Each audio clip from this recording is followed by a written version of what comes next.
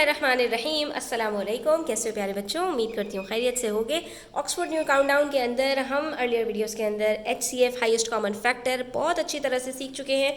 आज बारी आती है LCM के लीस्ट कॉमन मल्टीपल, जो कि बिल्कुल उससे मिलता जुलता ही टॉपिक है। थोड़े से डिफरेंस के साथ हम अगर इन चीज़ों को डिफ्रेंशिएट कर पाएँ तो हम जो है वो जो सिली मिस्टेक्स होती है उससे बच सकते हैं। तो वीडियो एंड तक देखिएगा। इसके अंदर कुछ टिप्स आपके साथ शेयर करूंगी जिससे आपको LCM और HCF के अंदर डिफ्रेंशिएट करने में बड़ी आसानी होगी इंशाल्लाह, और LCM को भी कैलकुलेट करने में बड़ी ही आपको हेल्प मिलेगी।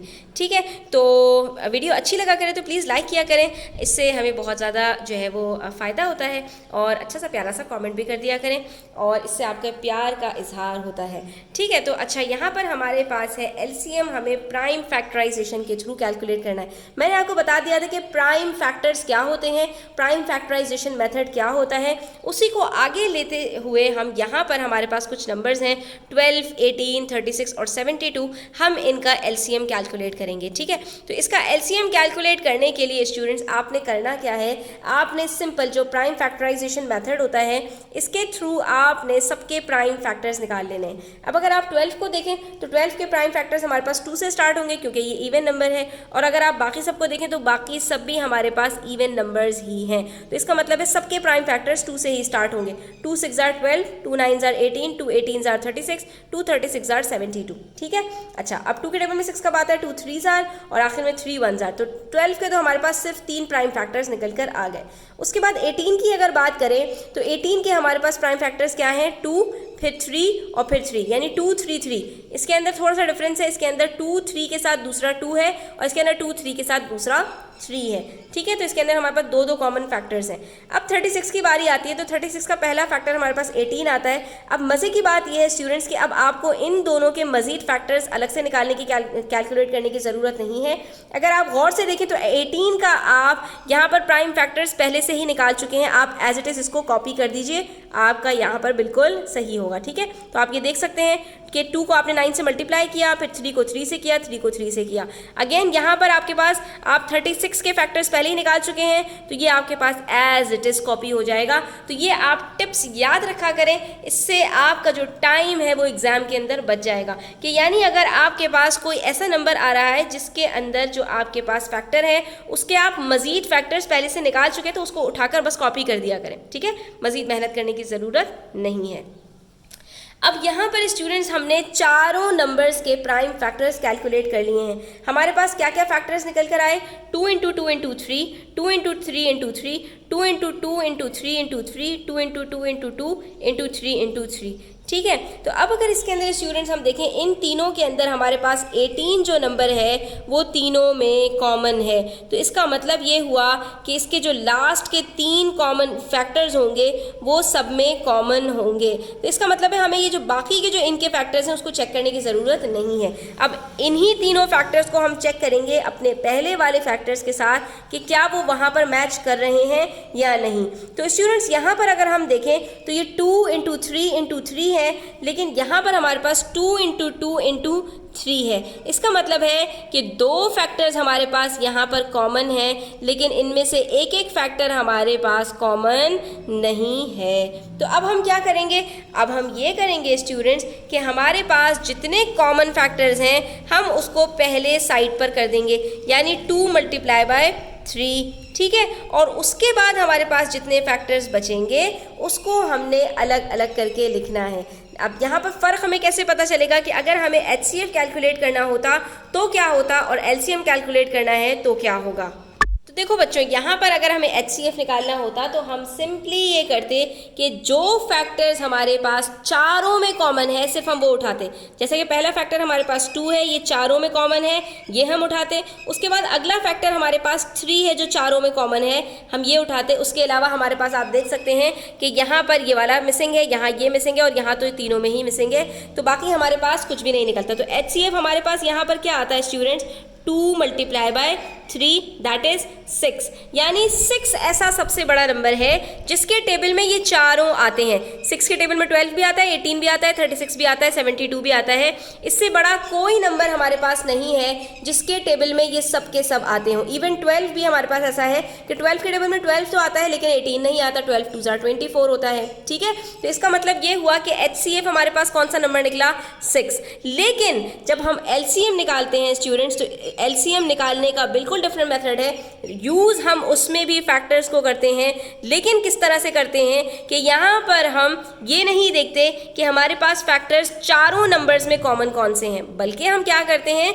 कि जो जो कॉमन फैक्टर्स हमारे पास 2 नंबर्स में भी नजर आएंगे हम उनका पेयर बनाते हैं और उसको हम एक साथ लिख देते हैं। पहला हमारे पास जो कॉमन फैक्टर है वो 2 है, चारों में है तो हमने उठाकर उसको लिख दिया।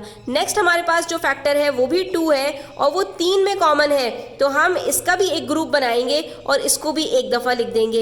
नेक्स्ट हमारे पास जो कॉमन फैक्टर है वो 3 है, इसका भी हम ग्रुप बनाएंगे और यहाँ लिख देंगे। फिर उसके बाद अगला जो हमारे पास फैक्टर है वो भी हमारे पास 3 नंबर्स में कॉमन है, इसका भी एक ग्रुप बनाएंगे और इसको भी हम एज इट इज़ लिख देंगे। और लास्ट में हमारे पास एक अकेला नंबर बचेगा जो कि सिर्फ और सिर्फ 72 का फैक्टर बन रहा है, तो ये हम उठाकर एज इट इज़ लिख देंगे। तो बेसिकली जब LCM निकालने की बारी आती है तो वहाँ पर हमने सिर्फ उन नंबर्स को नहीं लेना होता जो चारों में कॉमन हो HCF की तरह, बल्कि हम यहाँ पर कॉमन नंबर्स की जो चाहे 2 में हो, 3 में हो या चारों में हो या 5 में हो, हम उनका ग्रुप बनाते जाते हैं और हम उनका ग्रुप का एक एक मेंबर लिखते चले जाते हैं। ठीक है, यानी ग्रुप का सिर्फ एक दफ़ा लिख देंगे, हर ग्रुप को हम सिर्फ एक दफ़ा यहाँ पर लिख देंगे और उसके बाद जब हम सबको मल्टीप्लाई करेंगे तो हमारे पास लीस्ट कॉमन मल्टीपल आ जाएगा। कैसे आएगा ये देखिए, 2 × 2 4, 4 3 = 12, 12 3 = 36, 36 2 = 72।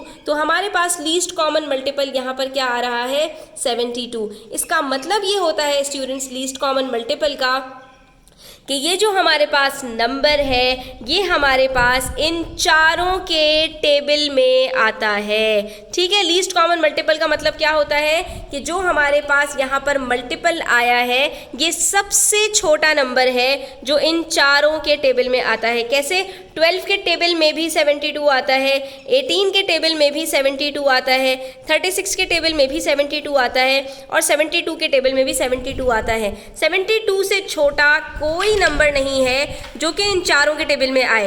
क्यों? क्योंकि यहाँ पर आप देख सकते हैं जो सबसे बड़ा नंबर है 72, तो 72 के टेबल में 72 से छोटा नंबर तो कोई आ ही नहीं सकता। 72 को 1 से भी मल्टीप्लाई करेंगे तो आंसर में 72 ही आएगा। तो इससे ये बात प्रूफ हो गई कि 72 सबसे छोटा मल्टीपल है जो इन चारों के टेबल में आता है। जबकि फैक्टर की जगह पर हमने क्या कहा था कि वो सबसे बड़ा नंबर बता दीजिए जिसके टेबल में ये चारों आते हों।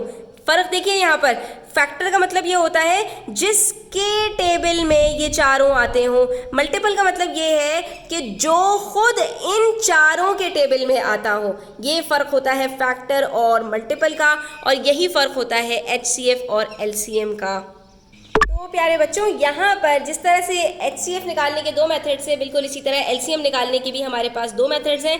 और ये मेथड मुझे ज़्यादा पसंद है जो कि मैं अब आपके साथ शेयर कर रही हूँ कि हम चारों नंबर्स का अलग अलग प्राइम फैक्टर्स निकालने के बजाय एक ही डब्बा बनाएं और उसके अंदर सब के फैक्टर्स हमारे पास एक साथ आ जाएँ, तो हमारे पास जो ये मल्टीप्लाई करने वाली झंझट है ये सब भी ख़त्म हो जाए। ठीक है, अच्छा अब यहाँ पर हमने क्या करना होता है, हमने यहाँ पर जो है ऐसे फैक्टर से स्टार्ट करना होता है जो मैक्सिमम नंबर्स को कवर कर सके। तो अगर हम यहाँ पर देखें तो हमारे पास 3 नंबर्स इवन है, एक ही ऑड है, तो हम 2 से स्टार्ट करेंगे। ठीक है, 2 हमारे पास सबसे छोटा नंबर यहाँ पर आ जाएगा। अगर एक नंबर भी आपके पास इवन है तो 2 से ही स्टार्ट कीजिए। ठीक है, अच्छा अब यहाँ पर हम 2 से स्टार्ट करते हैं तो हमारे पास आंसर आता है 21, 2 9 = 18, 2 6 = 12 और 2 9 = 18। अभी भी हमारे पास यहाँ पर स्टूडेंट एक इवन नंबर मौजूद है, बाकी तीनों तो ऑड हैं लेकिन एक भी इवन नंबर है तो हम 2 से ही करेंगे। ठीक है, तो बाकी नंबर्स को हम एज इट इज उतार देंगे, 21, 9 और ये वाले 9 को, सिर्फ 6 को हम कर लेंगे 2 3 = 6। अब आ गए हमारे पास सारे के सारे ऑड नंबर और जिसमें से ज़्यादातर 3 के मल्टीपल्स हैं। तो अब हम अगला नंबर जो लेंगे वो 3 ले लेंगे। ठीक है, 3 हमने लिया यहाँ पर 3 के टेबल में, 3 7 = 21, 3 3 = 9, 3 1 = 3 और 3 3 = 9। तो ये 3 हमारे पास चारों में कॉमन था, अब ये हमारे पास सबसे मल्टीप्लाई हो गया। ठीक है, सबको इसने डिवाइड कर दिया। तो अब यहाँ पर एक नंबर हमारे पास 1 हो चुका है। नेक्स्ट हमारे पास सारे के सारे जो नंबर्स हैं वो प्राइम ही हैं, तो हम पहले 3 से कर लेते हैं, तो इससे 2 नंबर्स हमारे ख़त्म हो जाएंगे और उसके बाद बचेगा सिर्फ एक नंबर 7, तो ये हमारे पास यहाँ पर ये भी ख़त्म हो जाएगा और ये हमारे पास लेफ्ट हैंड साइड के ऊपर सारे फैक्टर्स निकल कर आ जाएंगे।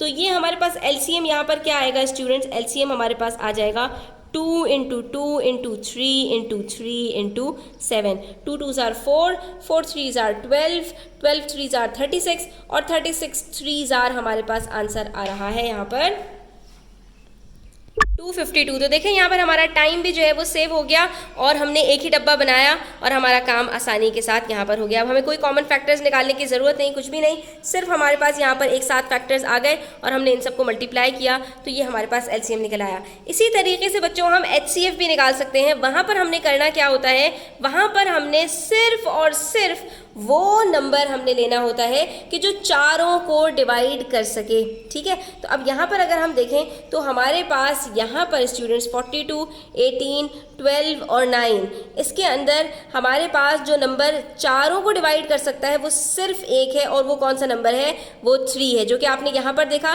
कि जब हमने 3 उठाया तो 3 ने 21 को भी डिवाइड किया, 9 को भी किया, 3 को भी किया और 9 को भी किया। इसके अलावा हमारे पास यहाँ पर 2 था तो 2 ने 3 नंबर्स को डिवाइड किया था, 9 को वो भी डिवाइड नहीं कर पाया था। लेकिन अगर हम यहाँ पर इनिशियली 3 को देखते तो 3 के टेबल में 42 भी आता है, 3 के टेबल में 42 कब आता है, 3 14s are, 3 के टेबल में 18 भी आता है, 3 6s are 18, 3 के टेबल में 12 भी आता है, 3 4s are 12 और 3 के टेबल में 9 भी आता है, 3 3s are 9।